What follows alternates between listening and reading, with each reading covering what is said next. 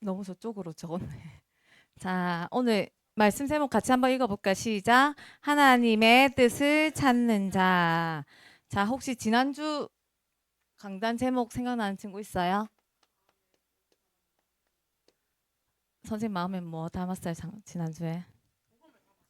네, 아멘. 아멘.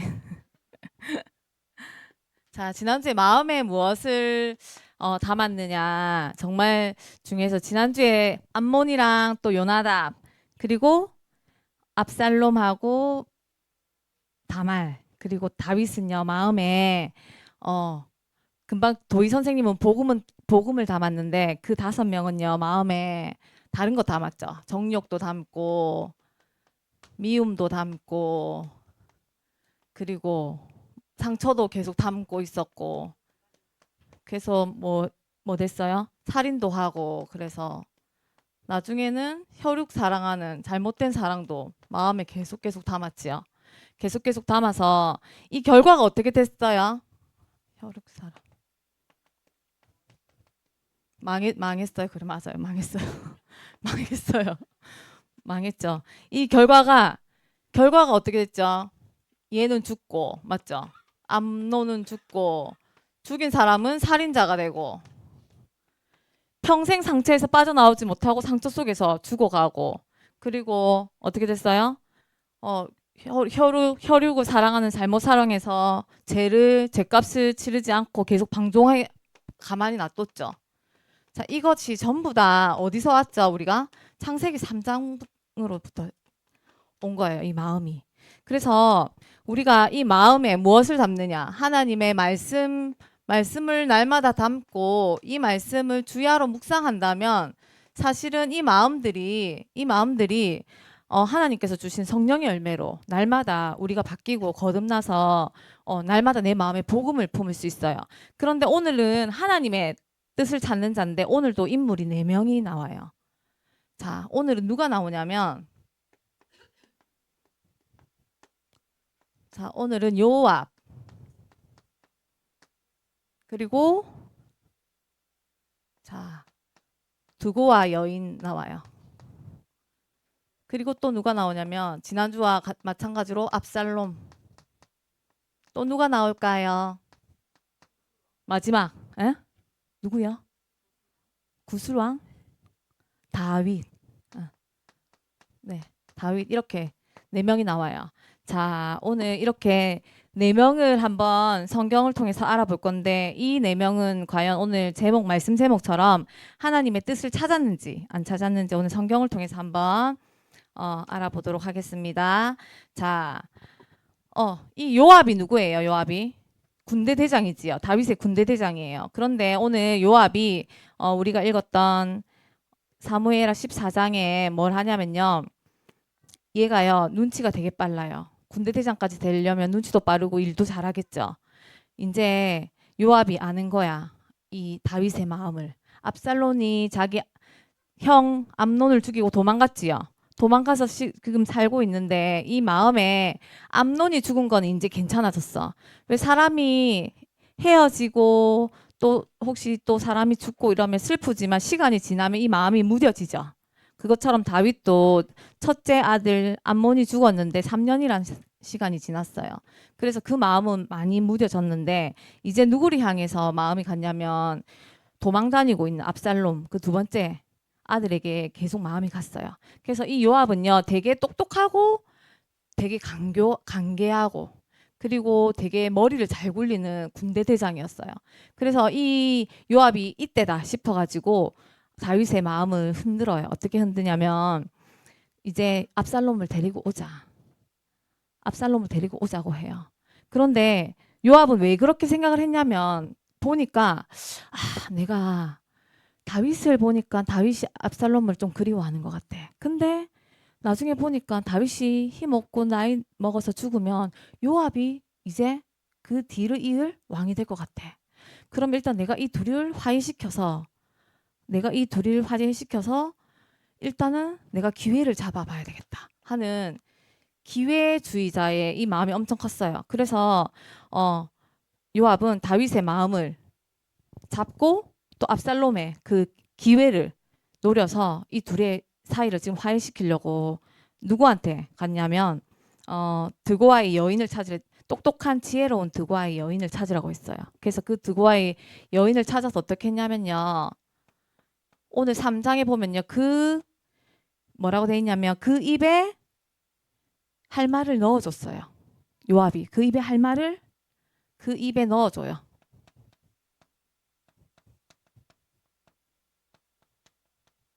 그래서 끝까지 요압은 자신이 계획을 세우거든요. 자신의 계획을 세워요. 자, 어떤 계획을 세우냐? 오늘 중요해요. 자, 요압은요. 드고아의 지혜로운 여자를 찾아요.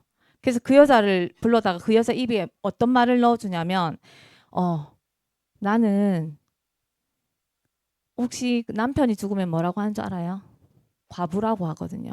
나는 과부다. 남편이 죽은 과부고 아들 둘이가 있는데 아들 둘이 들판에서 싸우다가 아들 한 명을 죽였다. 그래서 남은 아들이 하나밖에 없는데 그 고을의 사람들이 살인을 했으니까 이 아들마저 내놓으라고 한다. 나는 너무 억울하다. 이 아들마저 내놓으면 우리 집에는 씨가 없다.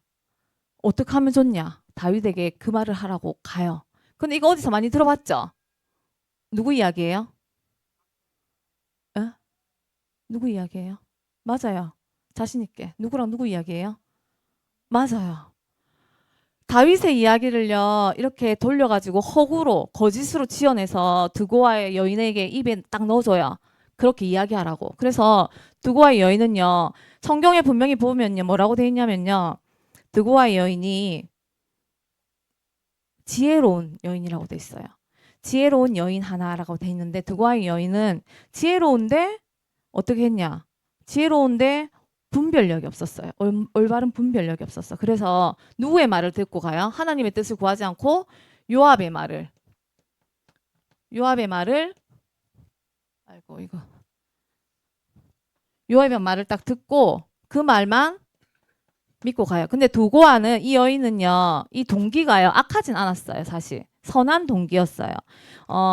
이게, 형제들끼리 이제 화해하고, 이제 그 아들이 왕을 보지 못한 지가 이제 3년이 다 돼 가잖아요. 그러니까 화해를 시켜야 되겠다.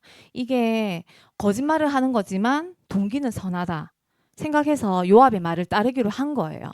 그런데 아무리 우리가 선한 동기일지라도 옳은 것이 아니면 그것은 동기가 아무리 선해도 옳은 게 아니에요. 그리고 우리가 아무리 이게 나중에 결과가 좋다고 하더라도 이게 하나님의 뜻에 맞지 않으면 이거는 바른 게 아니에요. 그런데 두고아의 여인은 딱 자기가 생각했을 때 이거는 정말 옳은 동기 같아. 이거는 한 가정의 평화를 위해서 그리고 아버지와 아들을 화해시켜주는 일에 내가 쓰임 받는 거잖아. 그래서 요압의 말을 따라요. 이 여자가. 인간적인 방법을 따르는 거예요. 따라서 다윗에게 가지요. 다윗에게 가서 뭐예요? 거짓을 말하지요. 거짓을 말하지요. 거짓을 말하는데 몇 번을 말하냐면 3번이나 말해요. 처음에 뭐라고 말하냐면 처음에 말해요. 전도사님 좀 전에 말한 것처럼 말해요. 너무 억울하다. 그러면 우리 집은 이제 혈통을 이을 사람이 없다. 그러니까 다윗은 생각도 안 해봐요. 그냥 바로 그러면 내가 명한다. 내가 너를 위해서 명하니까 너희 아들 살려주겠다 이래요. 그런데 옛날 다윗 같았으면 진위 여부를 따져보겠죠.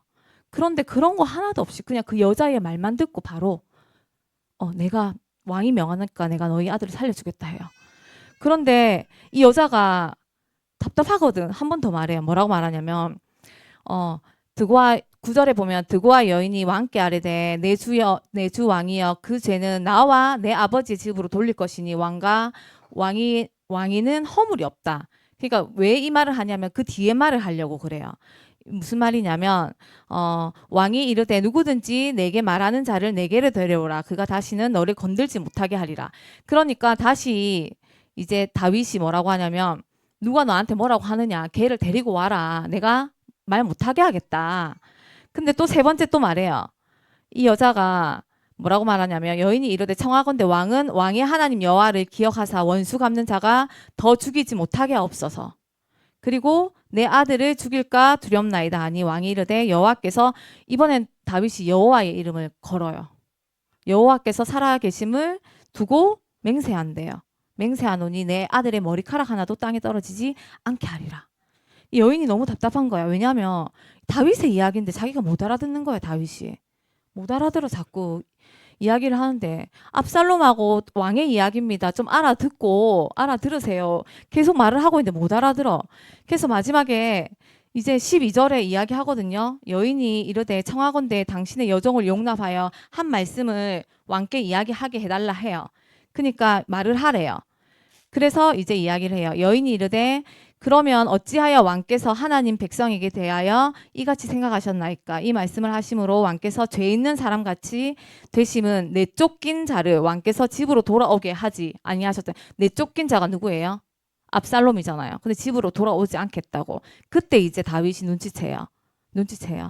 자기 이야기라는 거. 그래서 이것은 두고와 여인의 머리에서 나온 게 아니다. 혹시 요압이 시켰냐? 물어봐요. 그래서 두고와 여인이 이야기를 해요. 요압이 시켰다고. 요압이 시켰는데 근데 지금 왕께서 우리 아들을 살려주신다고 했는데 그럼 그 말을 지키셔야 되는 거 아니냐. 그래서 어떻게 하냐면 다윗이 압살롬을 불러요. 다시 불러요. 성으로. 그래서 이 거짓말을 통해서 다윗이 옳은 판단을 할 수 없도록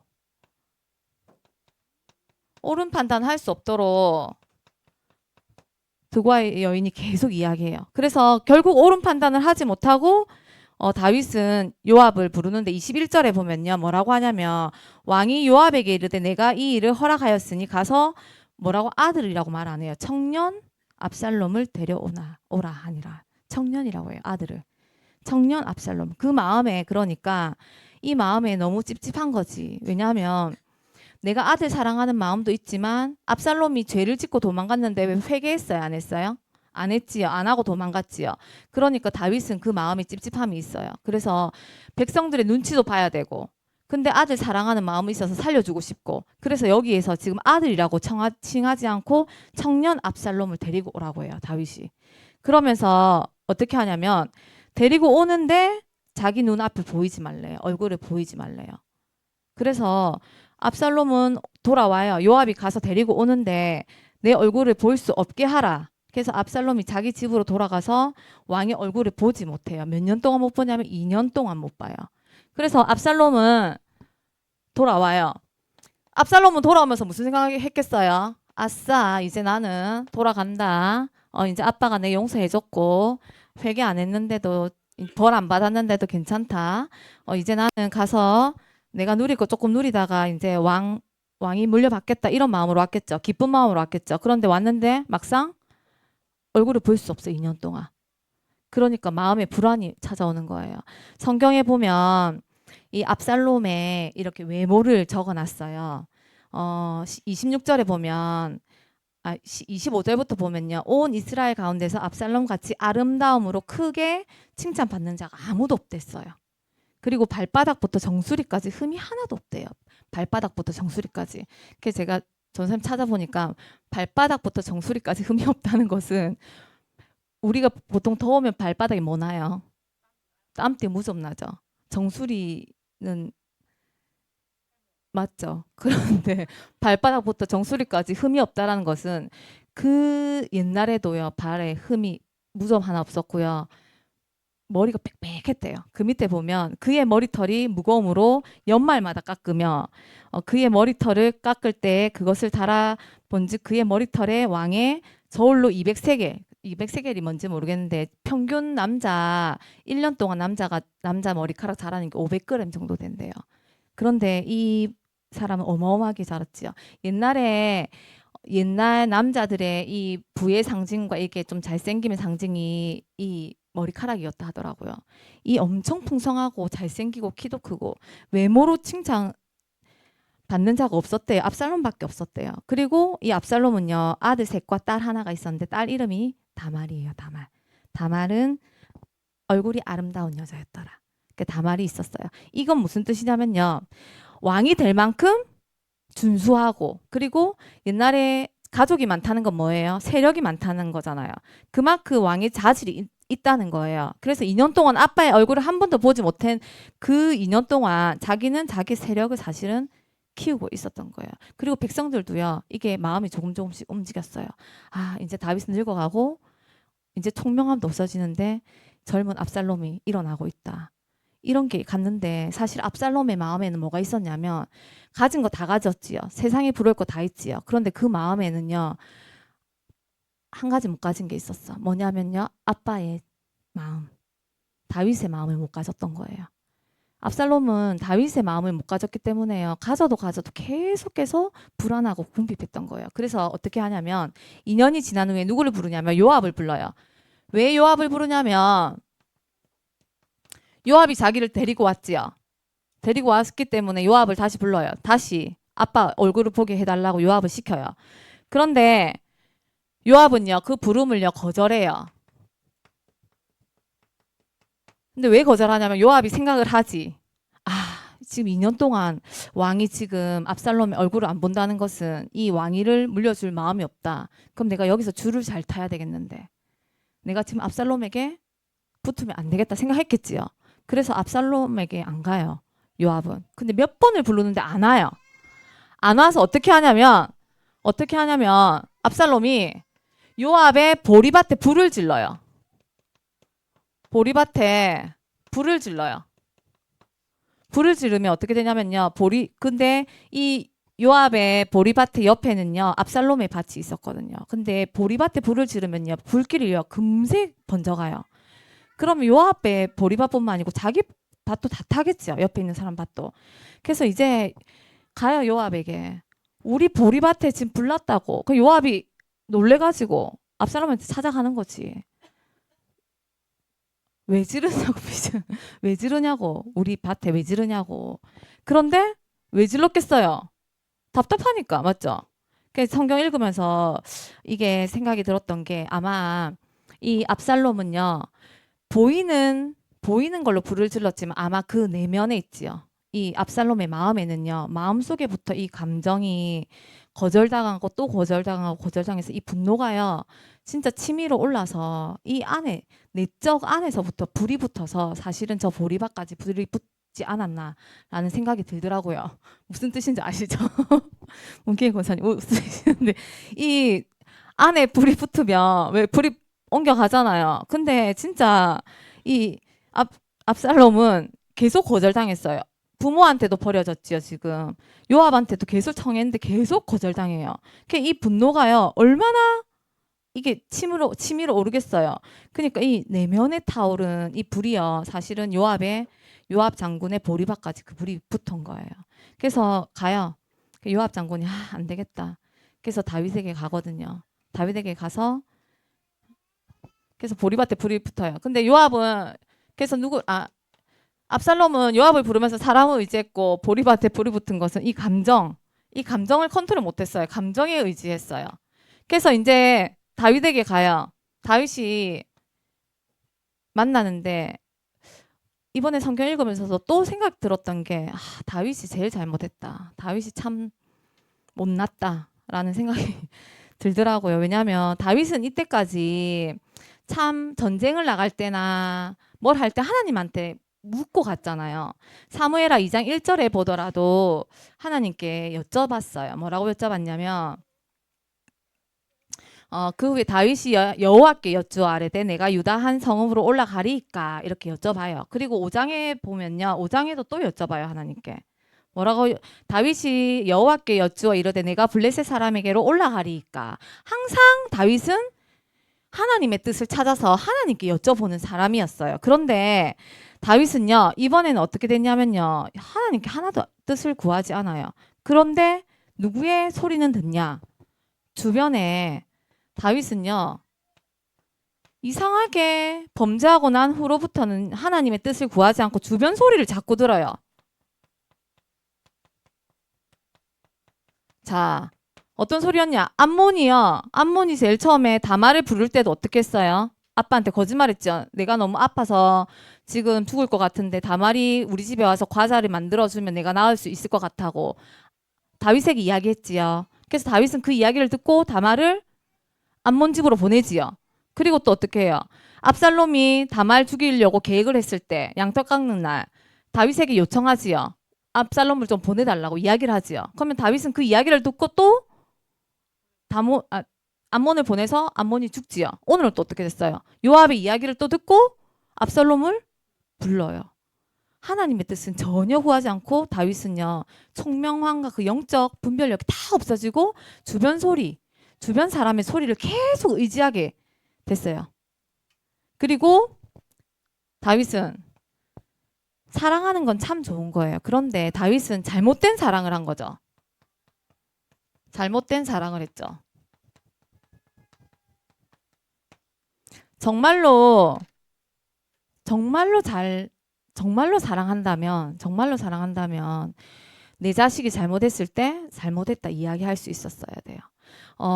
성경을 읽으면서 혹시 이랬으면 어떻게 했을까라는 생각을 해본 게 뭐냐면, 이제 다윗이 압살롬을 부르잖아요. 불렀을 때 내 얼굴을 못 보게 하고 그냥 자기 집으로 돌아가라잖아요. 근데 돌아가게 하지 않고 자기 얼굴을 보게 하고 그 죄에 대한 죄값을 물었으면 어땠을까라는 그런 생각이 들더라고, 읽으면서.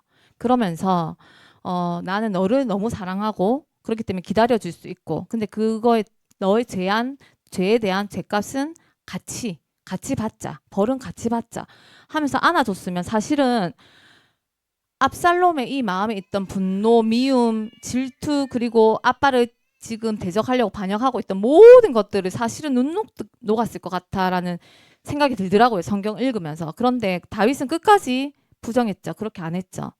끝까지 한 명이라도 살려볼 거라고. 끝까지 한 명이라도 살려볼 거라고. 사실은 죄에 대한 공의를 실천하지 않고 형식적인 화해를 했지요. 마지막에 33절에 어떻게 해요? 입을 맞추고 입 맞췄지요. 얼굴 보면서. 근데 사실은 이게 화해지만 화해를 했지만 이게 화해가 아니었어요. 형식적인 거고 그냥 절차상의 화해였어요. 근본적인 용서와 근본적인 화해를 하지 못했어요. 그래서 15장 다음 주에 가면요, 바로 압살롬이 반역을 도모하거든요. 이게 그래서 그런데 진짜 다윗이요, 나를 위해서, 진짜 그 죄값을 위해서, 나를 위해서 십자가에 못 박혀 죽으신 그 그리스도의 사랑을 생각했더라면 이렇게 안 했을 건데, 그런데 그 사랑을 생각하지 못하고 자기 육신의 사랑으로 사실은 자기도 망하고 끝내는, 나중에 압살롬 죽어요. 누구한테 죽냐면 요압한테 죽어요. 요압한테 죽거든요. 이렇게 비극적인 가정과 가문에 이렇게 재앙이 와요. 왜? 하나님의 뜻을 구하지 않거든. 오늘도 보면요, 기회를 찾고 그 다음에 사람의 말 거짓말하고 주변의 소리 듣고 잘못된 사랑을 해서 하나님의 뜻은 전혀 구하지 않아요. 그런데 우리는요, 우리의 죄를 위해서 자신의 하나밖에 없는 그 독생자 예수 그리스도를 이 땅에 보내주셨잖아요. 그리고 그 십자가에 못 박히시고 피 흘려 돌아가 죽으시고 사흘 만에 부활하셔서 이제는 사실 나의 죄에 대한 공의는 사실 그리스도께서 십자가에 못 박혀 죽으심으로 다 실천하시고 더 이상 죄의 종노릇 하지 않아도 되잖아요. 우리는 종노릇 하지 않고 마귀의 뜻이 아닌 하나님의 뜻을 찾아서 갈 수 있도록 우리는 하나님께서 우리를 구별하시고 우리를 택하셔서 자녀 삼아 주셨어요. 그런데 우리가 그것을 구하지 않고 사람의 말에 귀 기울이고 사람을 쫓아가고 그리고 기회를 보고 그리고 감정 따라가고 잘못된 사랑을 하고 한다면 사실은 오늘 나왔던 이 인물들과 별반 다를 게 없어요. 그렇기 때문에 우리 또한 하나님께서 주신 이 사랑, 십자가에서 못 박혀 죽으시고 그 피 흘리심의 그 사랑을요, 우리가 날마다 하나님의 뜻을 구하면서 날마다 우리가 회복해야 됩니다. 그래서 결론 우리 에베소서 5장 17절 한번 찾아볼까요? 에베소서 5장 17절 한번 찾아보겠습니다.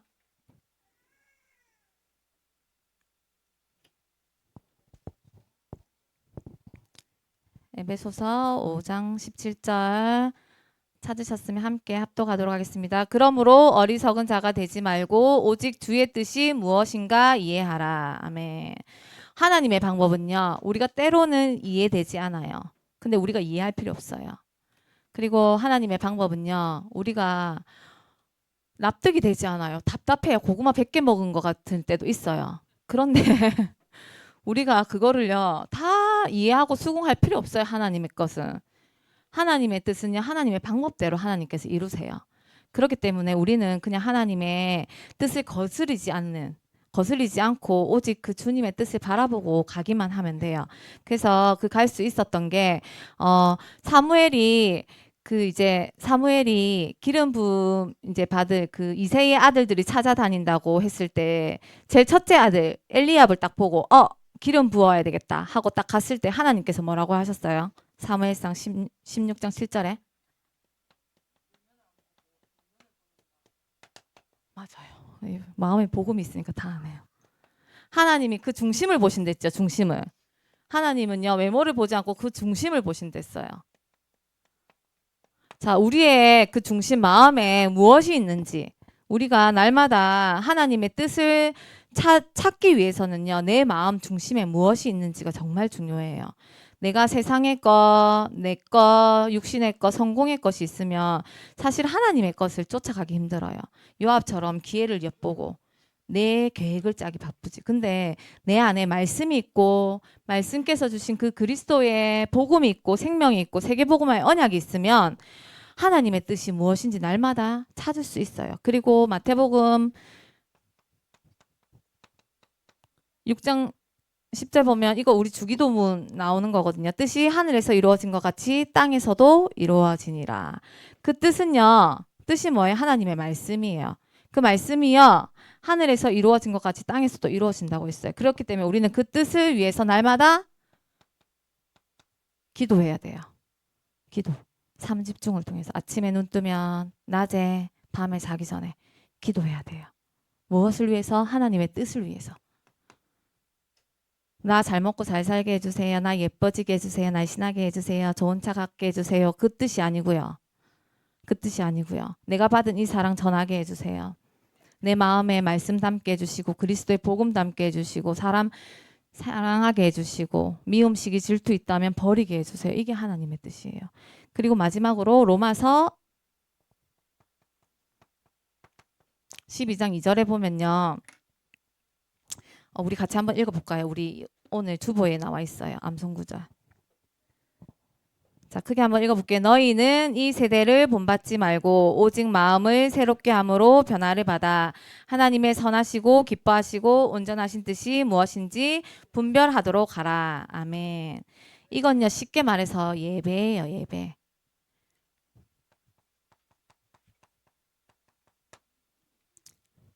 자, 예배예요.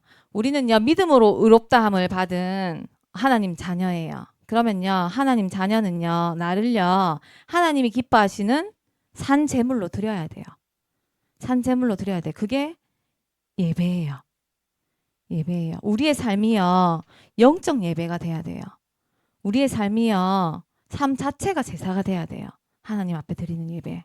그게 뭐냐면 하나님이 기뻐하시고 또 온전한 뜻을 분별할 수 있는 거예요. 우리가 예배 속에서 하나님께서 주시는 지혜도 얻을 수 있고 예배 속에서 옳고 그른 것을 판단할 수도 있고 예배 속에서 내 마음에 들어온 악한 것을 권세 있는 예수 그리스도 이름으로 결박할 수 있고 예배 안에서 나의 정체성을 찾을 수 있고 또 예배 안에서 신분 권세를 누릴 수 있기 때문에 나의 삶을 산 제사, 산 제물 예배로 드려야 돼요. 영적 예배로. 그렇기 때문에 날마다 우리 렘넌트들이 하나님의 뜻을 찾아서 나를 하나님께 드리고 그리고 나를 산 제물로 그리고 나의 삶이 영적 예배로 날마다 드려지는 우리 렘넌트들 되시길 예수 그리스도 이름으로 기도드립니다. 하나님께서는 우리를 진리와 생명의 길로 인도하십니다. 우리를요, 낭떠러지로 그리고 우리를 굽이진 길로 막 그런 길로 인도 안 하세요. 우리를요 하나님께서 생명과 진리의 길로 인도하신다고 하셨어요. 그렇기 때문에 우리 렘넌트들이 그 믿음 가지고 이번 한 주간도 내 뜻이 아닌 하나님의 뜻을 구하고 찾는 우리 렘넌트들 되기 예수 그리스도 이름으로 기도드립니다. 자, 기도하고 마치겠습니다.